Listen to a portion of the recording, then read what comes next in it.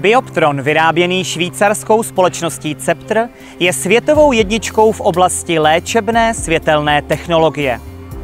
Tento zdravotnický přístroj je inspirován 5 technologiemi oceněnými Nobelovou cenou.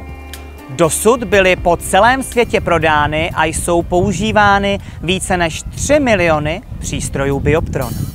Hyperpolarizované světlo Bioptron, HPL, je převratem v oblasti léčby světlem, revoluční léčebnou nanotechnologií využívající fuleren C60. Tato klinicky testovaná a zdravotnicky schválená technologie je uznávaná jako nová forma léčby různých zdravotních indikací. Úleva od bolesti, rány a popáleniny 2. stupně, kožní onemocnění, sezónní depresivní afektivní porucha. Na Evropském kongresu estetiky a medicíny v Paříži v roce 2014 získal Bioptron cenu nejlepší anti-aging výrobek. Za svou jedinečnost vděčí Bioptron těmto vlastnostem. Polychromatické nekoherentní světlo s nízkou energetickou hustotou, lineárně polarizované světlo a hyperpolarizované světlo. Polychromatické světlo obsahuje viditelné vlnové délky, včetně části hojivého infračerveného světla a neobsahuje UV. Nekoherentní světlo. Vzhledem k častým a nepravidelným změnám fází mezi fotony a různými vlnovými délkami se toto světlo vyznačuje nízkou intenzitou, která podporuje bezpečné a účinné hojení. Nízká energetická hustota. Dávka světla o hodnotě 2,4 joulů na centimetr čtvereční za minutu představuje nízkou a bezpečnou dávku a tím se liší například od laserového světla. Lineárně polarizované světlo LPL. Projde-li základní světlo brůstrovým zrcadlem, stane se z něho LPL, jež je dokonale uspořádané a jehož světelné vlny se šíří v rovnoběžných rovinách a jedním směrem. LPL harmonizuje mezibuněčnou vodu, která předává pokyn buněčné membráně a tím zajišťuje prevenci a spouští hojivé procesy. V průběhu přirozeného procesu stárnutí a v případě onemocnění dochází k poruchám buněčného metabolismu, což postupně vede k apoptické smrti buněk. Lidské tělo obsahuje 70% vody. Také u molekul vody dochází k narušení jejich uspořádání.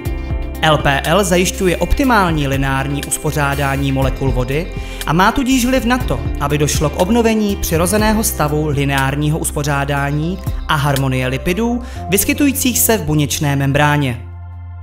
Tyto lineárně uspořádané molekuly budou dále perfektně harmonizovány s hyperpolarizovaným světlem HPL. Naši vědečtí odborníci si nechali patentovat nový nanofotonický filtr, využívající nanomolekuly fulerenu C60, za který byla v roce 1996 udělena Nobelova cena za chemii. Tento filtr můžeme bez přehánění nazývat nanogenerátorem.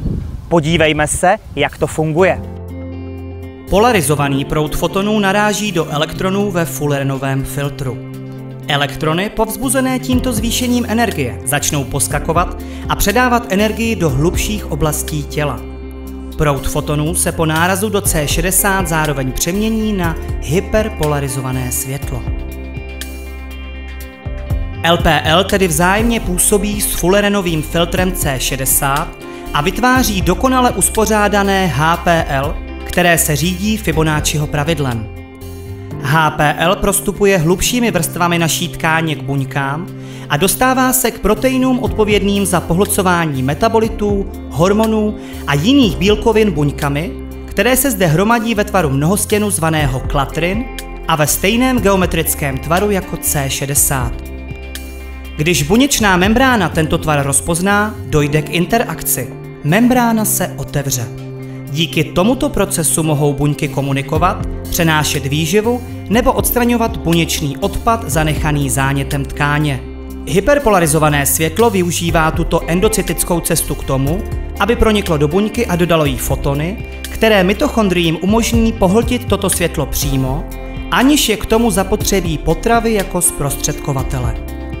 Na základě hlubokých znalostí kvantové mechaniky se nám podařilo vyvinout metodu pro přivedení vysoce uspořádaného světla hluboko do těla.